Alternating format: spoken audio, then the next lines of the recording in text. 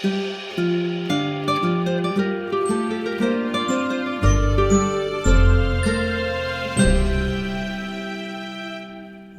to Adventures in Theater History, where we bring you the best stories from the deep and fascinating history of theater in the city of Philadelphia. I'm Peter Schmitz, and our sound engineering and original music are by Christopher Mark Colucci.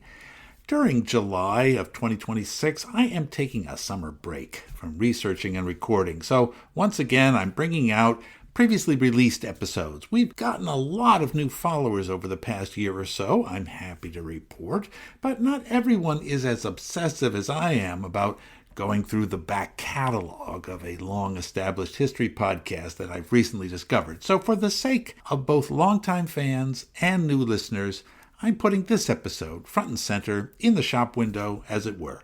It's from Season 2, which was a series of episodes all about long-forgotten Philadelphia theater scandals, controversies, and censorship, under the overall title of Drama is Conflict. If you enjoy it, why not go find all the other ones for your summer listening pleasure? I promise. Back then there were lots of arrests, lots of stormy backstage fights, naked people on stage, lawsuits, actual riots, actual murders. I know it's called the Quaker City, but we don't always do things gently around these parts. All right, here we go with 3 exciting stories of censorship from the 1930s. Banned in Philadelphia.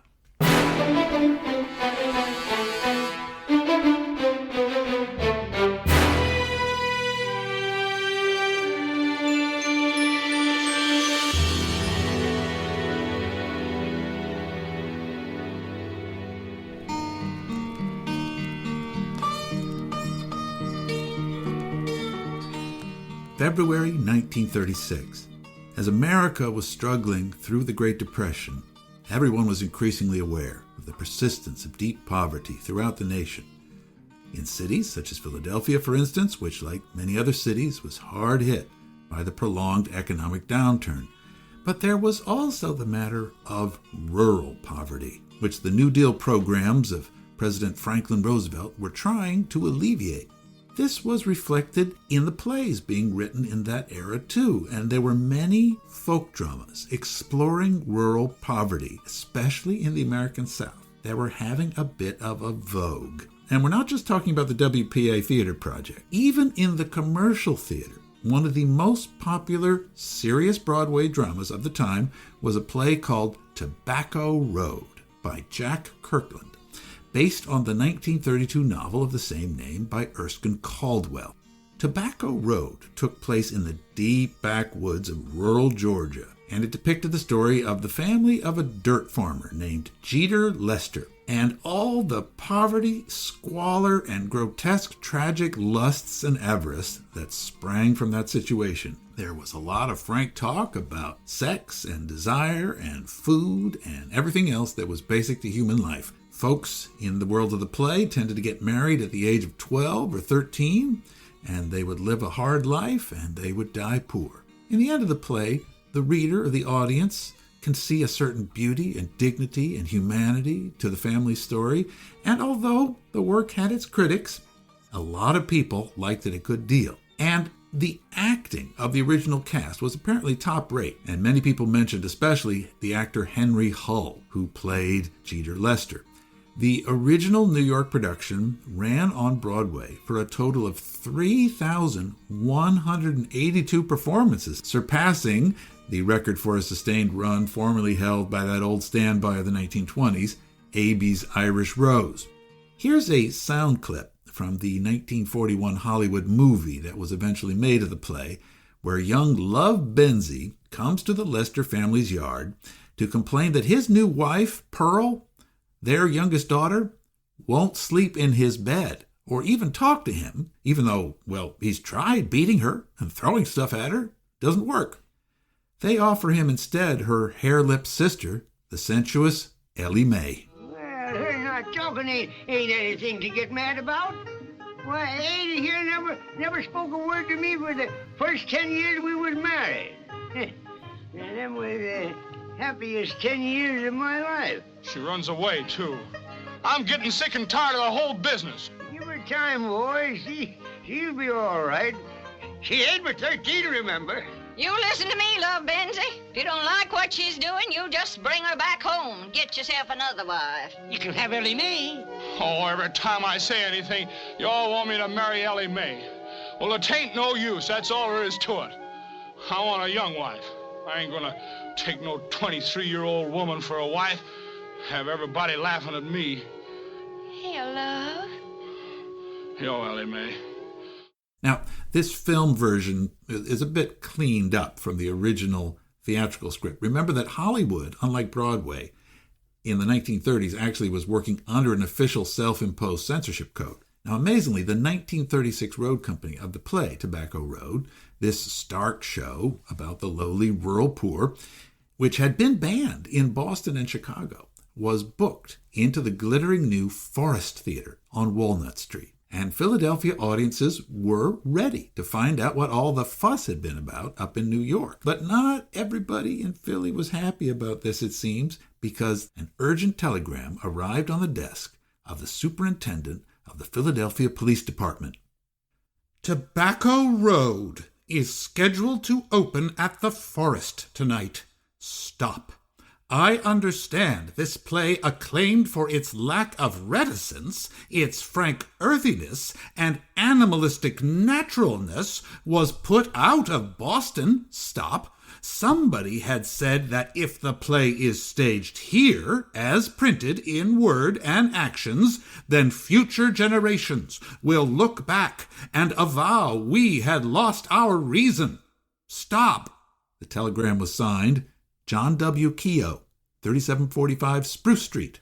Now, this apparently was Father Keogh, the pastor of St. Bede's Chapel of the University of Pennsylvania, who was also the head of the Philadelphia Catholic Total Abstinence Union.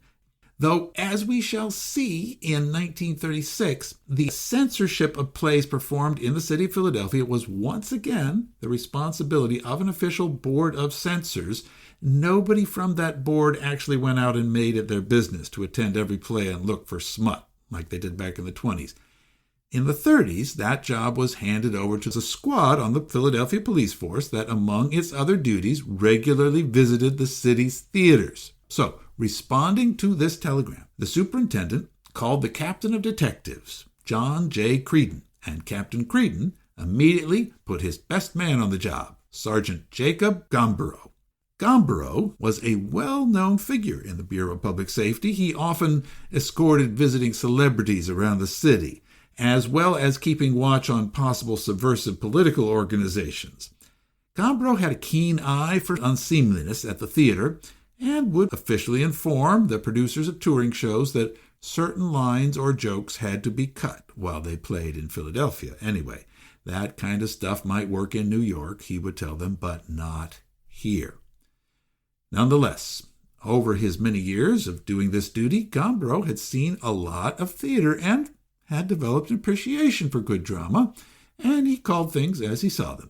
His report on the Theater Guild's production of Tobacco Road was on the superintendent's desk the very next day, and it read, quote, "In accordance with your instructions, I attended the performance of Tobacco Road, playing at the Forest Theater on the evening of February 10th, 1936, occupying seat N110. The play was presented by the very strong cast, headed by Henry Hull in the role of Jeter Lester, and very ably supported by Mary Servos as the wife Ada Lester. The audience was the typical first-nighter, comprised of the people prominent in Philadelphia, well-known businessmen, lawyers, and doctors, who undoubtedly came to see a much heralded play which received so much publicity, having been stopped in Boston and Chicago. In my opinion, this play does not intend to portray lewdness or obscenity, or even suggestiveness, as was intended in other plays I have reviewed. With the exception of the acting on the part of the sister Bessie Rice, the rest of the cast ably assisted Henry Hull in one of the finest and best dramatic acting I have had the occasion to review. During the intermissions, I contacted several persons whose opinions are usually respected, And I learned from one who had seen the show in New York that a number of lines that would be considered objectionable to a Philadelphia audience had already been eliminated. To one whom I spoke who comes from the South, the opinion was given that it was an exaggerated portrayal of actual conditions, but all agreed that the acting was superb. The performance started at 8:45 p.m. and was over by 11:15 p.m. Respectfully submitted, Jacob H. Gombrough, Detective Sergeant. So, having received that official all clear, and I guess much to the shock and disappointment of Father Keogh, the run of Tobacco Road went on as scheduled during its week at the Forest Theater, and it then moved on to the Chestnut Street Opera House on the next block for an additional week. The papers of Jacob H. Gombrough, by the way, including many of his reports of the Philadelphia plays in the 1930s, were donated to the Temple University Library by his family and can be found in its collection.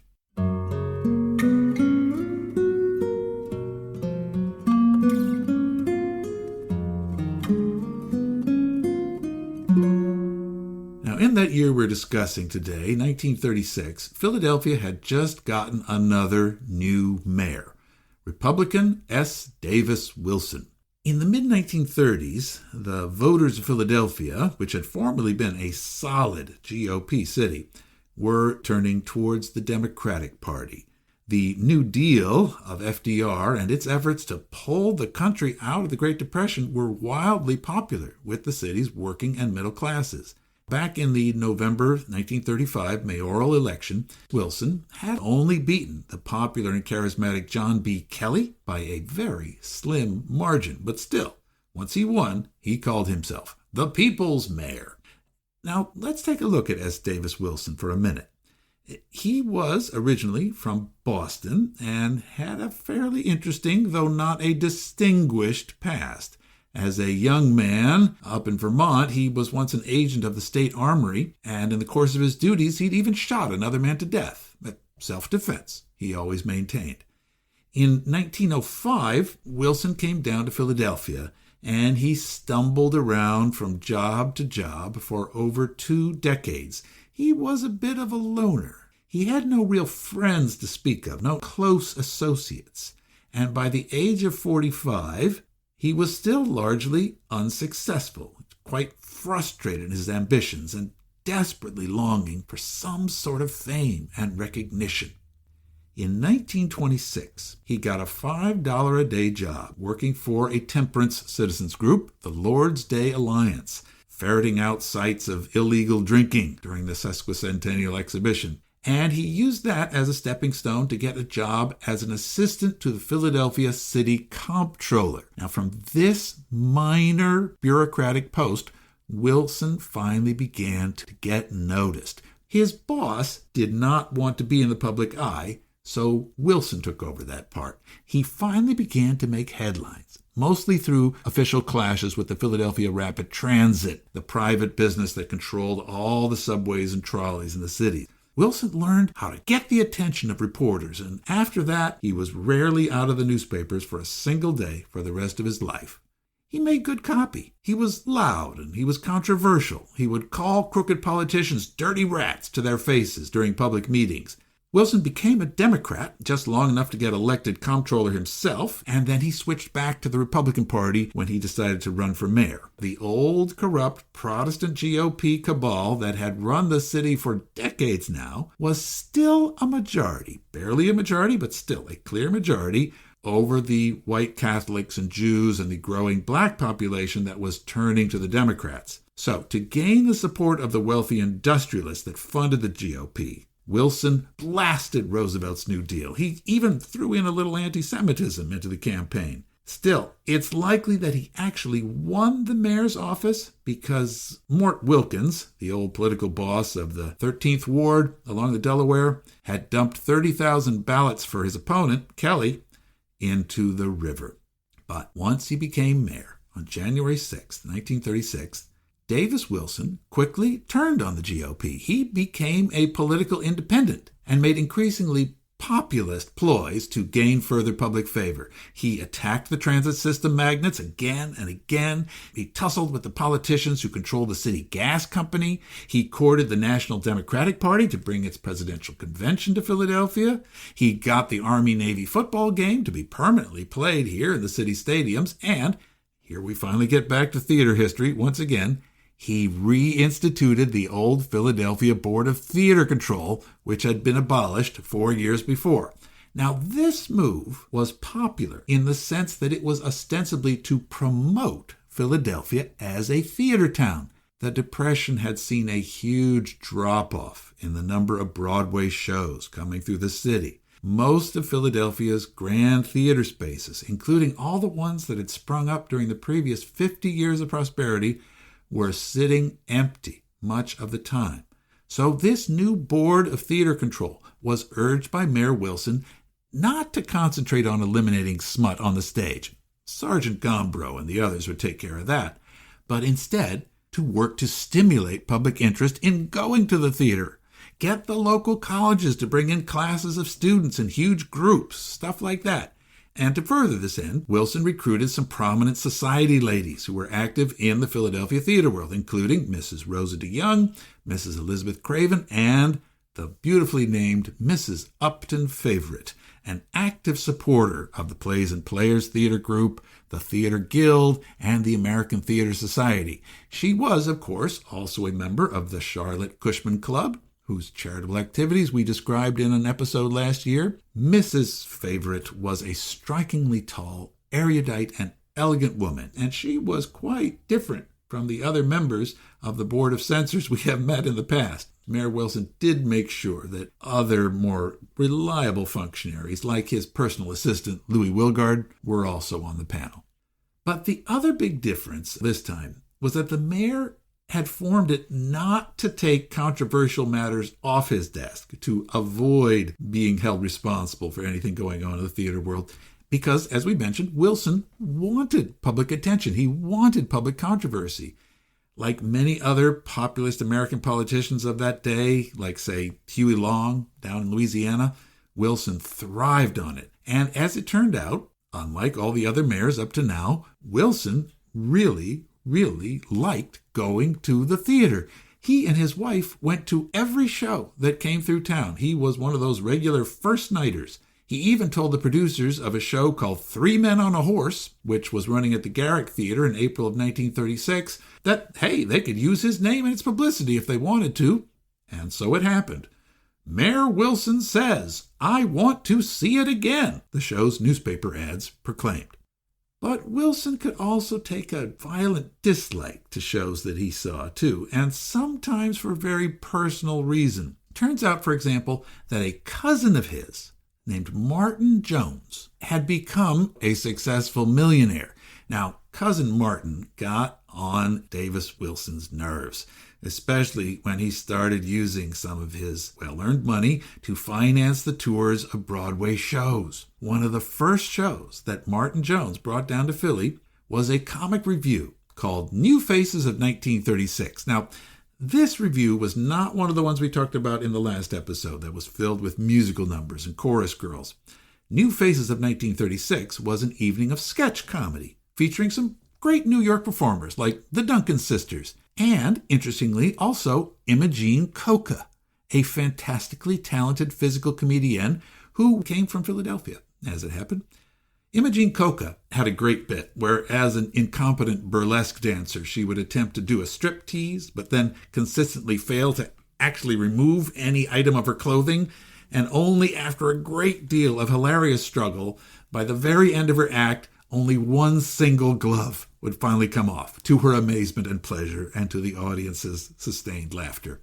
The other comedians on the bill, the Duncan sisters, also did a hilarious skit about America's first ladies, the wife of the former president, Herbert Hoover, and the wife of the current president, Franklin Roosevelt, the redoubtable Eleanor Roosevelt. In this particular skit, Mrs. Hoover and Mrs. Roosevelt were portrayed as becoming the leaders of a Girl Scout troop, and they were trying to instruct their little charges on how to be prepared for everything in life, including, well, marriage and motherhood. Now, this review had run in New York to great success, And the Roosevelt family's grown children had seen the show and loved that skit, and everybody laughed. But when S. Davis Wilson saw it, all hell broke loose. Here's how the opening night was covered in the Philadelphia Inquirer, and I'll ask Chris to give me that old-timey sound quality again as I read to you the item from November 10th, 1936 in the Philadelphia Inquirer, page 21, if you want to go look for yourself. The headline was, Mayor Plays Gallant, Bans Girl Scout Skit, Calls Play Showing Mrs. Roosevelt Talking on Babies a Damnable Outrage. A review called New Faces opened at the Forest Theater last night and was doing all right until the unprogrammed but not so new face of Mayor S. Davis Wilson burst suddenly upon the scene. The Girl Scout skit was on. Actors representing Mrs. Hoover and Mrs. Roosevelt were shown haranguing the girls on the delicate subject of babies. One tagline followed another. The audience laughed and waited for the blackout. Instead, Mayor Wilson suddenly entered center. Although there was no cue for him, he rose from his place in the audience and came charging up the aisle. "It's a damnable outrage," he exclaimed, "to poke fun at the president's wife." Lawrence Schubert Lawrence, manager of the theater, materialized. "Put a stop to this at once," the mayor demanded. "Take that skit out or I'll stop the whole show." Lawrence protested. Martin Jones, the producer, protested. Leonard Silman, the author, came up to protest too and said Mrs. Roosevelt's 3 sons had howled their heads off at the skit. The review ran 7 months in New York without a murmur, the mayor was informed. "Never mind," he reported grimly. "That skit can't happen here." "Well, what about Mrs. Hoover?" someone wanted to know. "That's an outrage too," the mayor decided audibly. "But both President Roosevelt and Mrs. Roosevelt know all about the skit, and they think it's funny," producer Jones declared. "Jim Farley liked it. Look, we have quotes from him in our advertising." "Never mind," the mayor repeated. "Either the skit goes or the show goes." Threats of bringing in the American Civil Liberties Union failed to sway him. Quotations from critics failed to move him. Mutterings that it was all a publicity stunt for his honor's benefit failed to shake him. So, everybody capitulated. Tonight, the Girl Scout skit won't be in the show, whether the Roosevelts thought it was funny or not. February 1937. Mayor S. Davis Wilson had another problem with another touring show. He heard from his assistant, Louis Wilgard, about a production of the Langston Hughes play Mulatto, a Tragedy of the Deep South.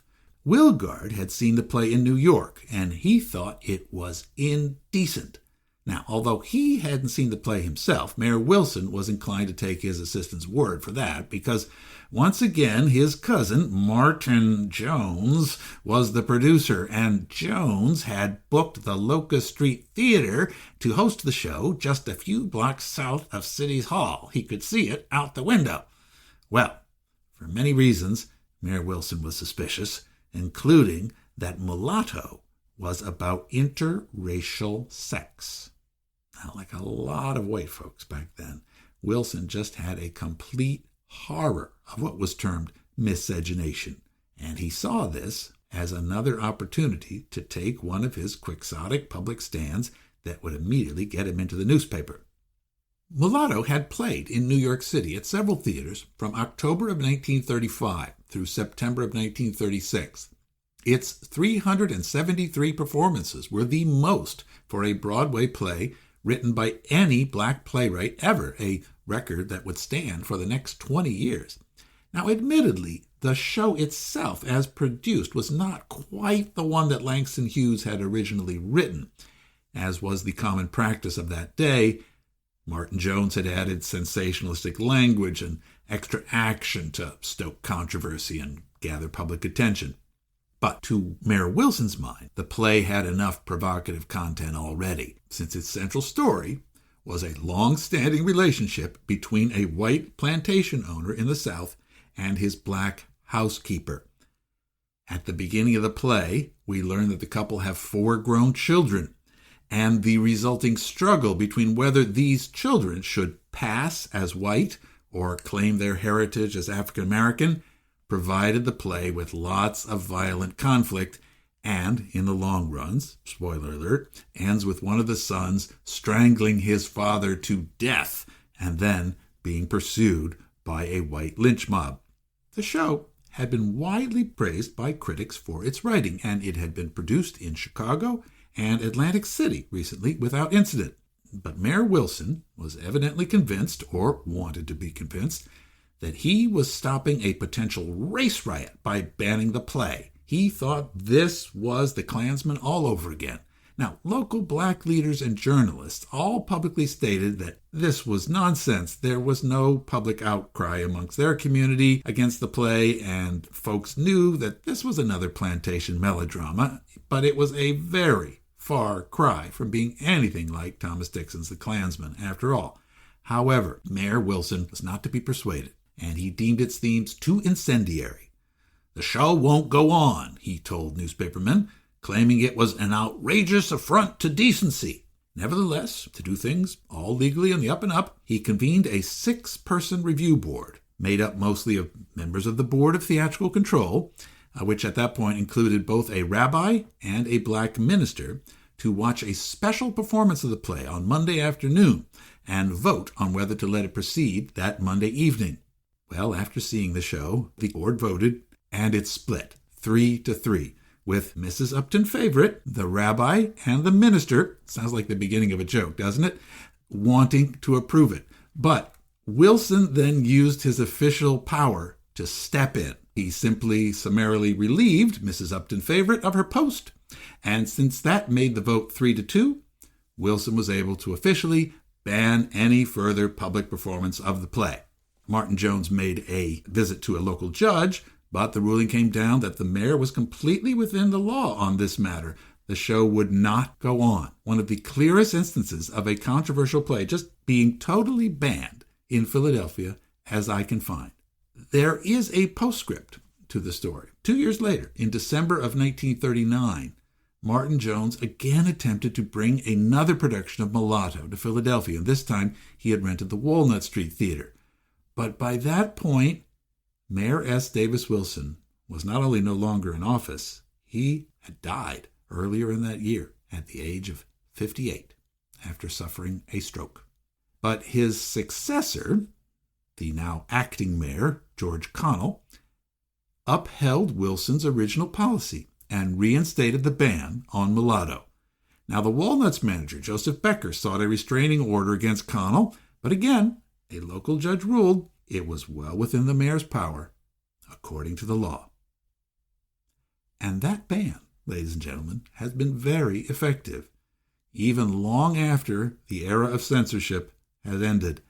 To this date, Langston Hughes Mulatto, to my knowledge, has never received a professional production in the city of Philadelphia.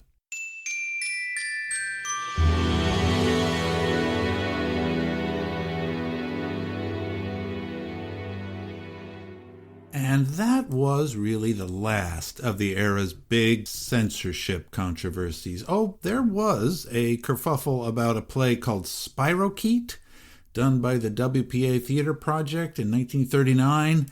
The Knights of Columbus objected to the play's insinuation that Christopher Columbus was responsible for the spread of the disease syphilis. And in 1945, another Philadelphia Protestant minister got all bent out of shape about yet another miscegenation play called Strange Fruit. But it didn't end up getting banned, and that was pretty much it. Hi, this is Peter jumping in from July 2026 again. There is a whole blog post about this episode on our website with lots of illustrations and photos about all these stories. Look for it there, www.aithpodcast.com. It's titled The People's Mayor. And one more thing. There was, as I discovered after completing work on this episode, one more play that Mayor Davis Wilson successfully banned in Philadelphia a 1937 musical starring Eddie Foy Jr. and Babe Venuta called Orchids Preferred. A member of the Barrymore clan showed up in it too. It's an amazing story, though almost totally forgotten by historians until I stumbled across it one day in the newspaper archives. I may record it for the podcast someday, but until that time, hey, I've written all about it. It's on my Patreon page. There are photos and illustrations too. There's an easy link to click on it in the show notes, or just go right to patreon.com/AITH podcast and look for the post from January 1st, 2024. Well, that's our show for today. Thank you so much. But before we go, hey, we have a favor to ask. We need your feedback. Would you write to us? Just send us a quick email. Tell us why you tuned in, why you keep tuning in, what you're particularly enjoying about the show, or what you'd like to know more about. And maybe you can suggest something that we've missed so far. We'd love to hear from you. Our email is aithpodcast@gmail.com. So long for now. Thank you so much for listening today and for coming along on another adventure in theater history, Philadelphia.